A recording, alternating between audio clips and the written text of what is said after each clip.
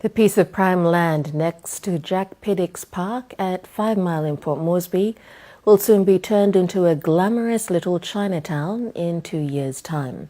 A Chinese private investor bought off the land, but both the investor and relevant government authorities failed to disclose the details of the sale of this land, which was once owned by a state-owned entity.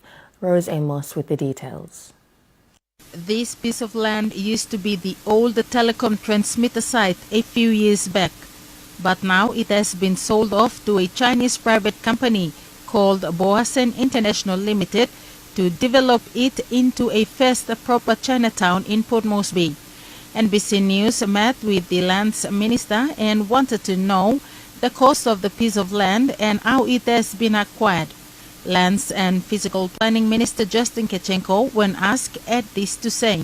I don't know. This was before my time, so I don't know that question. Minister, how could this be? You're a minister for land. Yeah, well, if it was done 10 years ago, how do I know? So, I wouldn't have a clue. You'd have to ask them. Ask the investor. Who is the government representative here we can ask to Well, how much the land has been sold for? Ask the investor. How much they pay? Well, I don't know. Find out. Where are they? Find out who they are. He, however, says that it's a new investment in the city and all negotiations were done between the developer and NCDC, and he had no knowledge about the developer. When the question on the acquisition was put to the investor, this is what he had to say.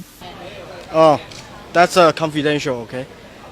Sorry, that's a confidential. The purchase is between company and company, so it's confidential. We can't disclose that.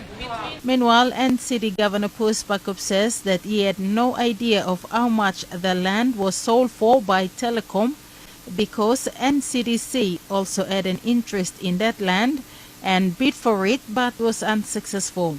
I have no idea. You have to ask Telecom. I don't know. I wish I knew. It's a private matter for Telecom and I'm not privy to it, so I hope they got a value for money.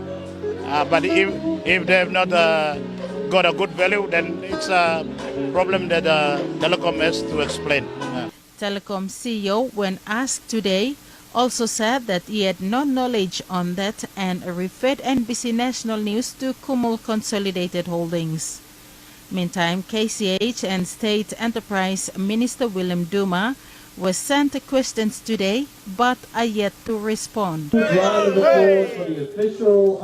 Rose Amos, NBC National News, Port Moresby.